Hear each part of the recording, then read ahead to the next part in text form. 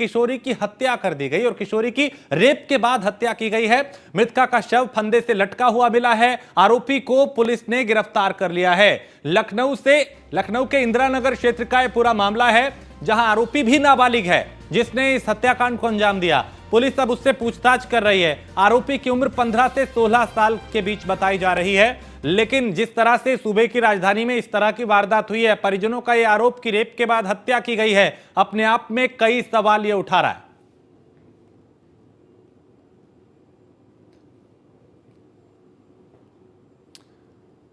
और वहीं मृतका की मां से खास बातचीत की न्यूज़ वन इंडिया के संवाददाता ने। उन्होंने क्या कहा है, किस तरह के आरोप लगाए हैं, उन्हें सुनते हैं। तकरोही में नाबालिग लड़की के साथ जिस तरीके से जघन्य घटना को अंजाम दिया गया, मैं उस समय उसी घर में मौजूद हूं। आप देख सकते हैं कि इसी पंखे के सहारे उस नाबालिग लड़की को लटकाया गया था। जघन्य घटना उसके साथ अंजाम दी गई। उसके बाद घर में घुसकर इस पंखे से लटकाया गया था। ये बेड है।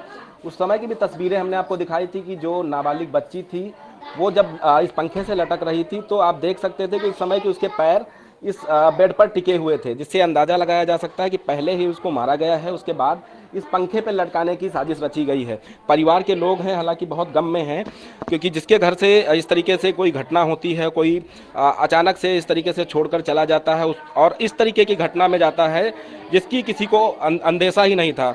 ये उस नाबालिग बेटी की माँ है। देख सकते हैं कि रो रो कर इनके आंखों से आंसू सूख गए हैं, लेकिन परिवार है, गम में है। परिवार के और रिश्तेदार हैं जो यहाँ पर पहुँचे हुए हैं। हालांकि जो नाबालिग बेटी है उसके शव को पोस्टमार्टम के लिए पोस्टमार्टम हाउस भेजा गया है। ये तस्वीरें लखनऊ के तकरोही इलाके की हैं। हम इनसे बात करेंगे।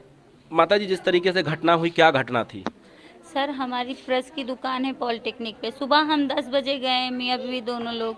वहाँ से हम 1:30 बजे निकले। 2 बजे घर पहुँचे। गेट खोला तो लड़का हमें गेट पे ही मिला, तो वो अगौछा डाला था। हम अगौछा पकड़े, उसका थैला था हमारे हाथ में। हम सोचे थैला रख दें तो इसको कायदे से पकड़ें, लेकिन वो पीछे से निकाल के वो लड़का भाग गया, बगल से भाग गया। फिर जो है हमारे बच्चे 2 थे जो इस कमरे में बंद थे। इधर से भी बेलन था, उधर से भी। फिर बच्चे चिल्लाने लगे तो हम बच्चों को खोलें। बच्चे बोले, मम्मी दीदी 1 घंटे से पता नहीं कहाँ हैं, ना बोल रही हैं, आवाज़ दे रहे हैं, ना कहीं दिख रही हैं।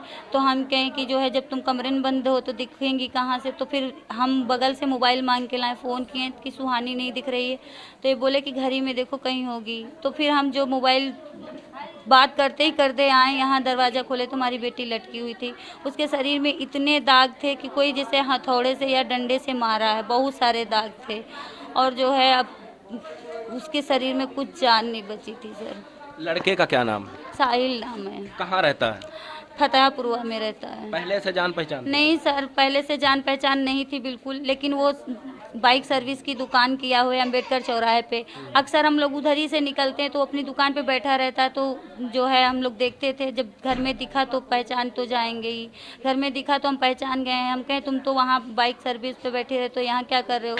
जैसे हम पकड़े, वो बोला कुछ नहीं, अंगोछा छुड़ा के भाग गया सर, बस और कुछ नहीं। पुलिस ने अभी तक क्या कार्रवाई? कुछ भी कार्रवाई नहीं की है सर, कुछ भी कार्रवाई नहीं की। और दबाव डाल रहा है, धमकी दे रहे हैं कि अगर जो है सुलह नहीं करोगे तो जो है लड़के की तरफ से धमकियां आ रही हैं कि हम तुम्हारे परिवार में फिर कुछ और दुर्घटना करेंगे। तो योगी जी लगातार कहते हैं कि हम बेटियों के साथ न्याय करेंगे। योगी जी से क्या मांग?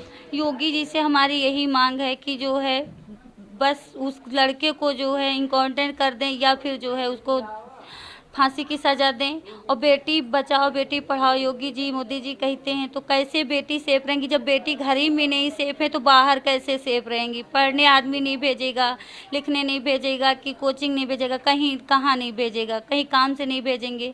अब जिसको बेटियां हैं वो काम से तो भेजेगा ही ना सर।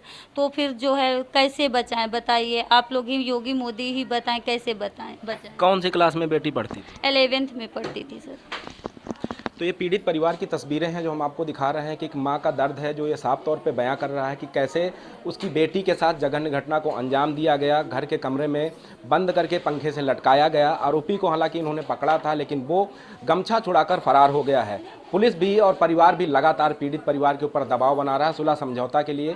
अगर पीड़ित परिवार के ऊपर जो दबाव बनाने वाले लोग हैं, लड़के पक्ष के जो लोग हैं, उनका साफ तौर पे कहना है कि अगर वो सुलह समझौता नहीं करते हैं तो ऐसे में परिवार के और लोगों को नुकसान पहुंचाया जाएगा। अब सवाल ये उठता है कि एक और राजधानी पुलिस लगातार तमाम बड़े दावे करती है कि महिलाएं सुरक्षित हैं, वो अपने घरों में सुरक्षित रह सकती हैं, स्कूल सुरक्षित जा सकती हैं, नौकरी सुरक्षित कर सकती हैं, तो उसके बावजूद अगर इस तरीके की घटना किसी घर के अंदर होती है तो उसके जिम्मेदार आखिर कौन है। अब देखना होगा कि उत्तर प्रदेश सरकार इस पर क्या कुछ एक्शन लेती है।